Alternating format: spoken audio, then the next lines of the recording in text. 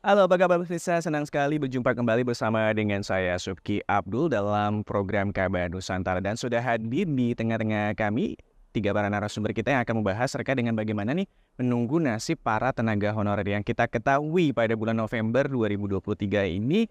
Nasibnya ini bagaimana kelanjutan nasibnya? Sudah bersama kami anggota Komisi 2 DPR RI Bang Rifki Nizami Karsayuda, anggota Komisi 2 DPR RI dari daerah pemilihan Kalsel 1, fraksi PDI Perjuangan. Apa kabar Bang Rifki? Kabar baik, Ki. Assalamualaikum. Waalaikumsalam warahmatullahi wabarakatuh. Dan juga bersama kami ada Mas Sefri Latifan, ini Ketua Forum Komunikasi Honorer Tenaga Kesehatan atau FKHN. Apa kabar Mas Sefri? Sehat ya? Sehat.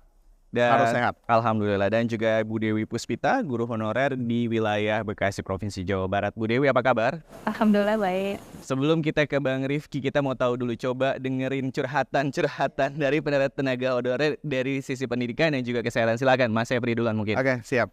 Terima kasih Bang Uki, Bang Rifki atas kesempatannya yang sangat luar biasa. Sebelumnya saya Sefri Latifan, Ketua Umum Forum Komunikasi Honor Nakes dan Non-Nakes Indonesia. Jadi sampai sekarang nasib yang tidak jelas, sekitar kurang lebih yang terdata 800 ribuan tenaga kesehatan dan non tenaga kesehatan yang bekerja di Fasiankes. Ini belum jelas statusnya, belum jelas ke depannya mau dibawa kemana, statusnya mau apa diberhentikan atau dilanjut dengan skema yang sudah disiapkan oleh pemerintah. Jadi izin Bang Uki, Bang Riki, saya mempertanyakan keseriusan pemerintah dalam menyelesaikan masalah honorer. FKHN, forum dari awal kita dirikan mendukung kebijakan pemerintah melalui Menpan RB, Kementerian Pan RB, menyelesaikan masalah honorer. Artinya kita melihat ini ada upaya niat baik pemerintah untuk menyelesaikan masalah honorer yang selama ini dirawat. Akhirnya apa? Akhirnya kita berharap 2023 betul-betul selesai masalah honorer semuanya, tapi dengan catatan. Kita mendukung, tapi dengan catatan semua skema formula yang disiapkan oleh pemerintah betul-betul mengakomodir harapan dari teman-teman. Apalagi kita yang di Fasiankes, honor di Fasiankes itu Bang izin itu banyak ternyata statusnya. Berapa ada jumlahnya total Fasiankes dan non di Fasiankes? Fasiankes itu sekarang itu kurang lebih ada 800 ribuan. 800 ribuan. Itu masih belum terdata, masih ada teman-teman tenaga kerja sukarela. Masih banyak. Ada kontrak bupati, kontrak wali kota dan segala macam. Akhirnya apa? Akhirnya mereka itu tidak terdata. Yang dituntut apa? Yang dituntut kesejahteraan status dan kesejahteraan upah. Status mau jadi apa? ASN. Menjadi ASN. Nah, formula yang ditawarkan pemerintah apa? Formulanya nanti dia angkat menjadi ASN P3K. Waktu melamar calon ASN apa calon honorer? Dulu waktu melamar. Sebagai calon honorer apa calon ASN? Oh enggak, dulu mendaftar ya tentu enggak. Yang dibuka formasinya untuk honor, ya artinya kita mendaftar untuk honor, bukan untuk ASN. Lalu kenapa jadi minta jadi ASN? Gini, kita rasa apalagi teman-teman yang bekerja di Fasiankes, saya rasa udah menyelamatkan bangsa yang besar ini dari ganasnya pandemi 19 gitu ya. Saya rasa ini bisa menjadi sebuah pertimbangan untuk membuat produk hukum, gitu Bang. Jadi ya pertimbangannya ini Indonesia, kita bisa ketemu lepas masker, itu sebuah prestasi yang sangat luar biasa loh Bang. Perbandingannya yang bekerja di Fasiankes yang statusnya ASN itu lebih kecil ketimbang non ASN Bang. Kita contohkan di DKI Jakarta. Jumlah non-ASN-nya itu 75%. ASN cuma 25%. Akhirnya yang menyelamatkan DKI Jakarta itu peran dari non ASN-nya jauh lebih besar ketimbang ASN. Oke. Kita beralih ke Bu Dewi. Coba kalau Bu Dewi sendiri sebagai honorer sudah berapa? Kurang lebih 13 tahun ya? Iya, saya mulai mengajar itu di tahun 2010. Saya guru honor di Kabupaten Bekasi, Pak. Oke. Selama saya Di SD, mengajar SMP, Ibu? di SD, Pak. Oke. Saya di SDJ Mulai 02 Kabupaten Bekasi. S1-nya apa dulu? S1-nya PGSD. PGC, oke. Iya. Saya mengajar itu kurang lebih selama 13 tahun ini. Dari mulai awal itu saya mengajar memang kondisinya masih memprihatinkan. Saat itu saya mengajar, kan saya perbatasan nih Pak, antara Kabupaten Bekasi dan Kabupaten Bogor. Saya mengajar dari rumah itu sekitar kurang lebih 30 menit sampai sekolah. Nah saat itu jarak rumah ke sekolah itu lumayan. Nah, saya menggunakan motor saat itu dan kondisinya jalannya itu masih kurang bagus. Jadi kalau pas saat hujan itu becek sekali, becek, sering jatuh juga kan gitu dipakai motor. Bayangkan gitu sampai sekolah belum gitu. Kondisi sekolahnya pun saat itu masih fasilitasnya masih, saprasnya masih standar. Berapa kali mencoba ikut tes CPNS? Saya tidak pernah ikut tes CPNS, tapi terakhir saya ikut tes P3K. Kenapa nggak ikut? Usianya Pak. Oh, sejak 2010 sudah lewat usianya? Waktu itu saya belum coba untuk ikut CPNS, tapi begitu sudah mau lewat, saya coba, usianya nggak masuk. Kenapa nggak ikut dulu 2010? 2010 usia berapa dulu waktu jadi honorer? Honorer itu saya usia 30 lebih lah, 35 kalau nggak salah ya. Oh, 35. Udah Oke. batas maksimal. Oke. Ya Bang, ini kan sebenarnya kalau dari Menpan RB ternyata data awalnya tuh 400.000, tapi ternyata setelah didata-data hampir ada 2,3 juta honorer di seluruh Indonesia. Kalau sudah tadi mendengarkan dari Sepri dan juga Bu Dewi, sejauh ini bagaimana Bang Komisi 2 melihat? Ntar saya cerita pribadi dulu, saya ini mantan honorer. Saya lulus 2005 kuliah, usia saya waktu itu mungkin ya 22 tahun, 22 tahun lah ya, 23 tahun. Karena belum ada penerimaan CPNS, saya jadi honorer. Saya sempat jadi honorer itu sekitar 1 tahun. Kemudian berikutnya saya ikut tes CPNS sebagai dosen dulu di Fakultas Hukum Universitas Lambung Mangkurat, dan alhamdulillah diterima. Sebagai honorer saya dulu sangat menyadari bahwa memang kalau saya jadi honorer memang saya nggak punya masa depan. Saya sadar betul. Dan secara subjektif saya minta maaf ini, saya mungkin agak berbeda dengan teman-teman. Saya berjuang untuk saya punya masa depan. Iya, siap. Ya, cara saya berjuang ya saya ikut seleksi CPNS. Karena memang nomenklatur honorer itu nomenklatur yang di seluruh dunia ini memang tidak akan sama dengan pegawai tetap. Sehingga kalau kemudian kita menuntut kesamaan, itu satu problem yang dibebankan kepada negara, yang dimanapun saya kira negaranya akan mengalami satu dilema yang tidak kecil. Itu satu. Nah yang kedua, yang ingin saya katakan adalah bahwa sampai sekarang Komisi 2 DPR RI itu terus meminta kepada pemerintah, dalam hal ini adalah Menpan RB, BKN ya, untuk membenahi database honorer di seluruh Indonesia. Baik mereka yang bekerja di kementerian lembaga negara di tingkat pusat ini maupun di pemerintah provinsi, kabupaten, kota. Rekan-rekan sekalian, harus kita ketahui bahwa database itu sampai sekarang belum fix. Terus bergerak dari hari ke hari. Kenapa demikian? Karena terlalu mudah di banyak tempat ya. Orang mengangkat honorer. Bu Dewi, saya ini anak guru SD. Ibu saya ngajar mulai tahun 76 ya sampai dengan tahun 2017, 41 tahun jadi guru SD. Saya menyaksikan langsung di tempat ibu saya mengajar itu, kalau ada kepala sekolah ponakannya tidak bekerja, ya, kalau masih ada uang bos disisipin buat honor anak ponakannya. 1 tahun pertama, tahun kedua ponakannya tenang-tenang aja jadi honorer. Tahun ketiga udah mulai mencak-mencak, minta tolong untuk jadi ASN. Nah, problem-problem semacam ini saya tentu tidak bisa mengeneralisir, tapi sangat banyak problem-problem pengangkatan honorer yang itu tidak berbasis merit system. Itu satu. Yang kedua tadi yang saya sampaikan, bahwa honorer itu sejak awal memang dihajatkan untuk sesuatu yang temporary sebetulnya, bukan sesuatu yang permanen. Karena yang permanen pemerintah sudah mengadakan satu proses seleksi melalui calon pegawai negeri sipil. Saya tidak tahu, makanya tadi saya bertanya ke Bu Dewi, saya tidak bertanya ke Bang Latifan, apakah pernah tidak mengikuti seleksi CPNS gitu. Nah kalau kemudian seleksi itu diikuti lalu kemudian tidak berhasil, saya pikir sekarang yang bisa dilakukan oleh negara, satu, kami merapikan database. Dengan dirapikannya database, maka kami akan melihat nanti sejauh mana korelasi antara kebutuhan kementerian lembaga, pemerintahan daerah, dengan porsi honorer yang ada di masing-masing unit kerja. Ya, tentu ada subjektivitas masing-masing. Tadi misalnya ada argumentasi bahwa di tenaga kesehatan itu lebih banyak kemudian honorer dibanding yang ASN. Lalu kita cek, apa betul kalau nggak ada honorer, lalu kemudian fasilitas kesehatan kita dan layanan kesehatan kita kemudian menjadi mati. Kalau memang menjadi mati, maka tanggung jawab negara untuk memastikan agar itu tetap. Kan begitu. Begitu juga dengan dalam tanda kutip di lembaga-lembaga pendidikan.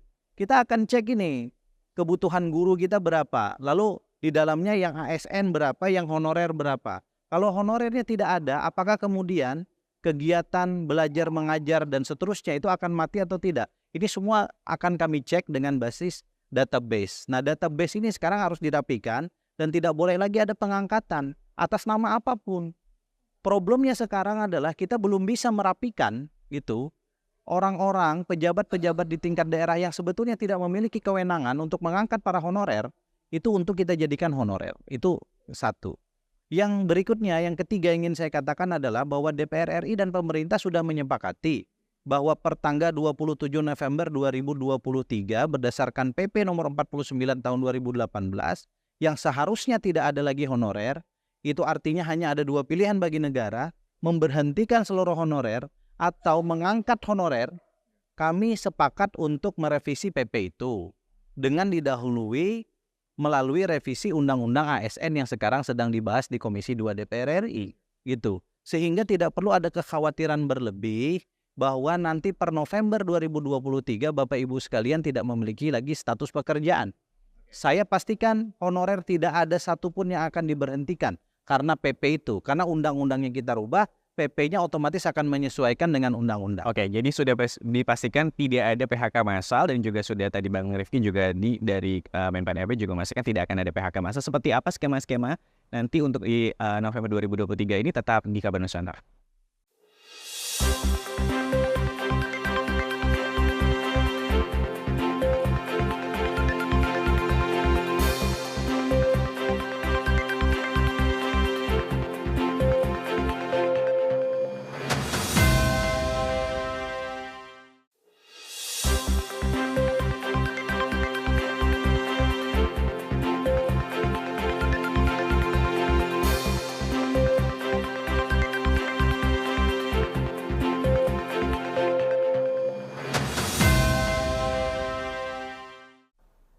Kembali lagi di Kabar Nusantara, Mas Sepri dan juga Bu Dewi. Ini kan kalau kita mengetahui nih Bang, gaji-gaji para tenaga honorer ini kan masih memprihatinkan, masih jauh dari harapan gitu. Kalau misalnya Mas Sepri atau Bu Dewi dulu misalnya cerita, bagaimana sih sebenarnya sejauh ini teman-teman guru honorer lainnya mensiasati akhirnya bisa mencukupi dapur di rumah untuk akhirnya dengan gaji seadanya seperti itu?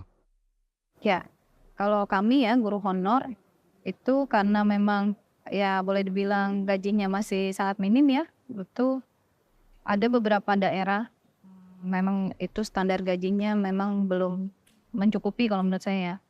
Mereka mendapatkan per bulannya itu di bawah 1 juta.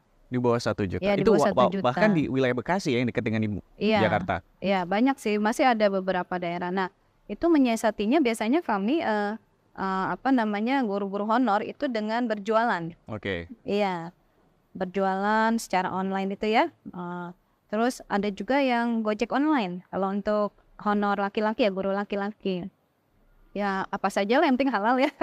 Jadi mereka mencukupi kebutuhannya dengan cara seperti itu. Oke, kalau Mas Sepri, yang teman-teman tenaga honorer lainnya apa nih untuk mensiasati misalnya kita ketahui bahwa sebenarnya gajinya belum mencukupkan? Tentu artinya nggak jauh berbeda lah ya sama teman-teman guru.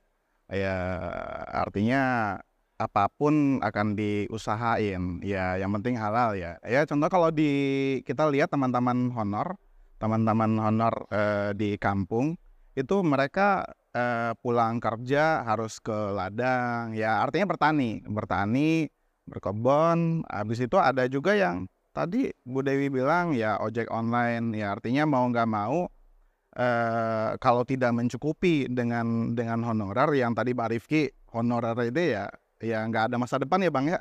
Nggak ada masa depan. Ya artinya mau nggak mau ya nyari alternatif lain gitu Bang. Oke, Bang. Kalau misalnya kita sebenarnya juga udah bukan informasi baru terkait dengan gaji para honorer ini yang juga masih jauh dari harapan. Sejauh ini apa sih yang sudah dilakukan misalnya dalam hal ini Komisi 2 maupun juga pemerintah? Ki, aku tahun 2005 jadi dosen honor di Fakultas Syariah IAIN Antasari Banjarmasin.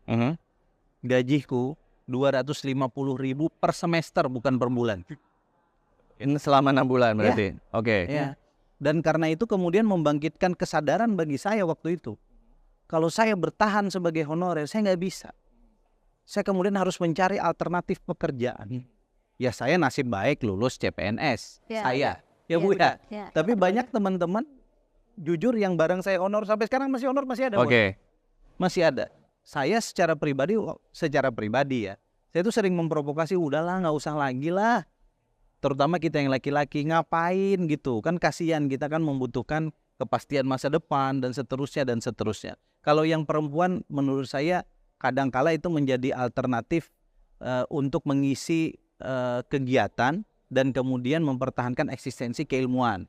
Misalnya Bu Dewi ya karena udah kuliah PGSD, masa disuruh jadi bankers gitu kan agak jauh gitu. Jadi itu kondisi yang nggak usah diceritain, gue nih udah ngalamin sendiri urusan itu.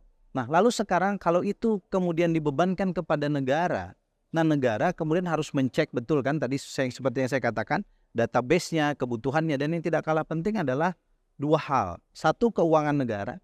Yang kedua, masa depan mereka yang fresh graduate.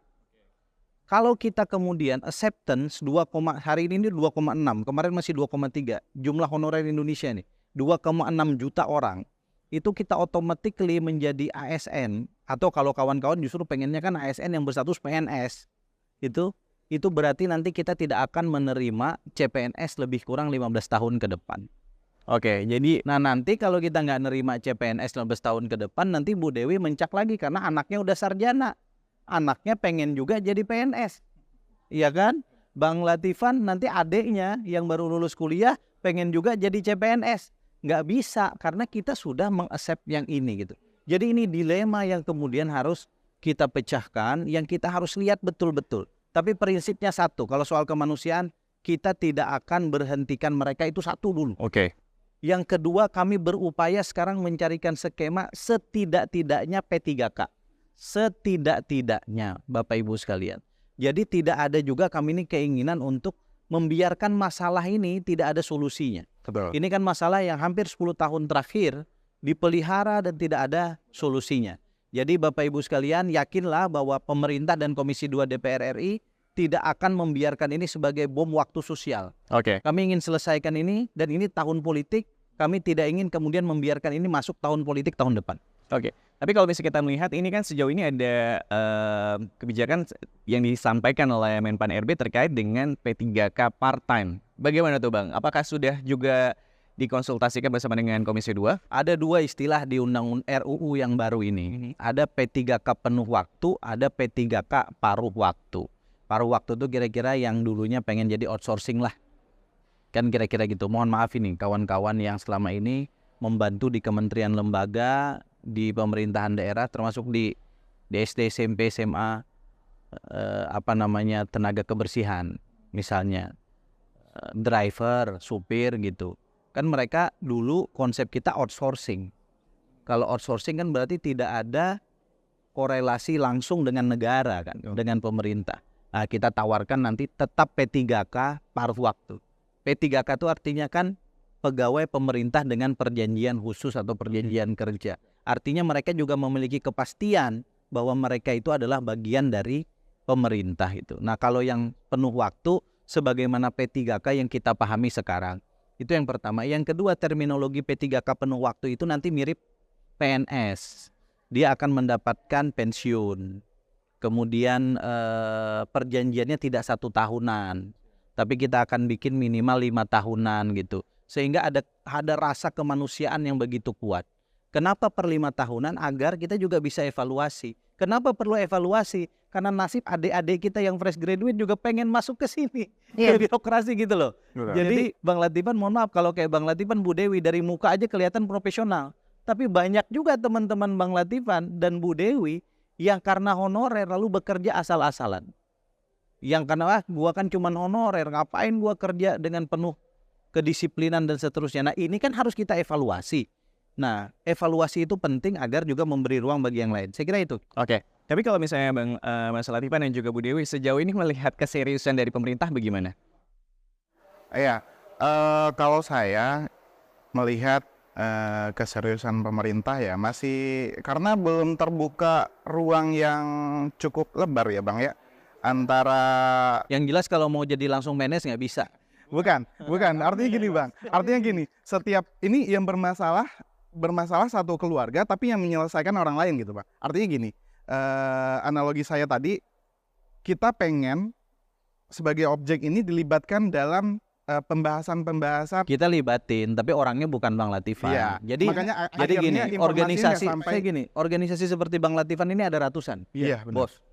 Jadi jangan sampai hanya 1-2 organisasi yang tidak dilibatkan dalam proses RUU ASN yang sedang kami bahas, lalu kemudian yang lain merasa tidak dilibatkan. Saya pastikan itu dilibatkan, dan nanti pada saat pembahasan RUU, sekarang kan baru panja itu masih tertutup karena kami juga orangnya sangat sedikit yang membahas pointers. Nanti begitu normanya dibicarakan di Komisi 2 DPR RI itu semua terbuka. Ini TVR Parlemen ini bekerja nih tiap hari untuk membuka proses akuntabilitas kepada rakyat. Jadi tenang aja, kalau misalnya kami agak nyeleneh, hukum kami 2024. Siap. Tapi kalau kami memperjuangkan mati-matian nih kawan-kawan, jangan pula nanti nggak diapresiasi gitu loh. Yang diapresiasi malah orang-orang lain yang tidak berkeringat untuk kawan-kawan honorer. Oke, kita nanti masih akan lanjutkan pembincangan ini. Jangan kemana-mana, tetap di Kabar Nusantara.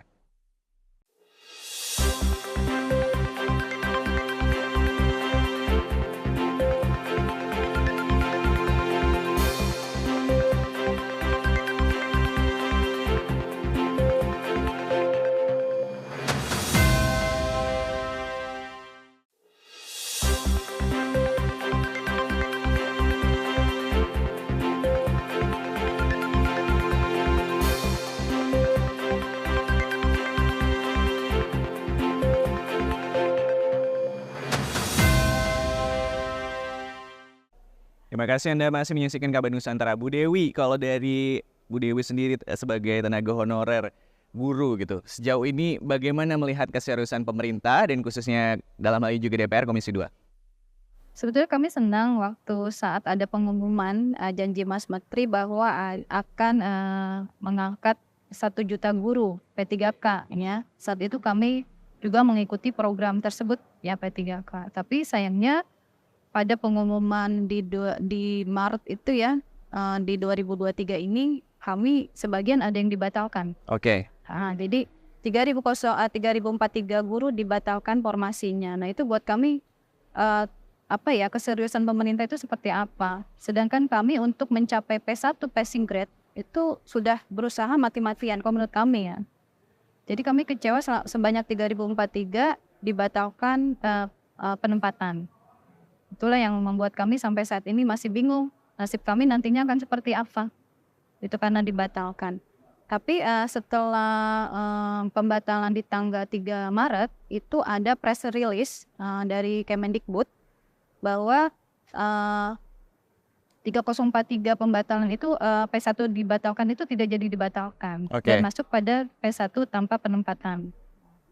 Nah sampai saat ini pun belum jelas nasib kami itu apakah nantinya di 2023 ini akan diberikan formasi atau tidak, karena sampai saat ini pun belum ada pengumuman.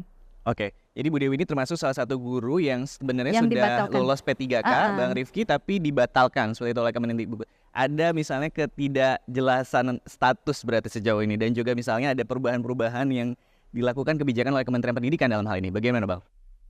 Satu, saya nggak bisa langsung konfrontir ke Kementerian Pendidikan karena saya bukan anggota Komisi 10. Beda mitra kerja, oke? Tetapi kemudian nanti melalui saudara Menpan RB saya akan minta nih yang begini-begini. Karena ini kalau betul itu kejadiannya dan sesuai dengan kronologi itu, maka kan hak orang itu kemudian menjadi tercederai. Dan bagi DPR RI kita ini nggak boleh kalau kemudian itu sudah menjadi haknya untuk kemudian tidak diselesaikan oleh negara. Bu, terima kasih informasinya, kami bekerja untuk itu insya Allah. Oke, Bang Sepri, Mas Revi dan juga Bu Dewi, kalau misalnya ini kan masih rapat panja terkait dengan RUU ASN masih akan terus dibahas oleh DPR RI bersama dengan stakeholder terkait. Apa yang mungkin bisa menjadi poin-poin yang bisa disampaikan oleh Bang Sepri dari FKHN dan juga Bu Dewi sebagai tenaga guru honorer untuk nanti bisa disampaikan dalam rapat panja rancangan undang-undang ASN ini? Silakan. Siap.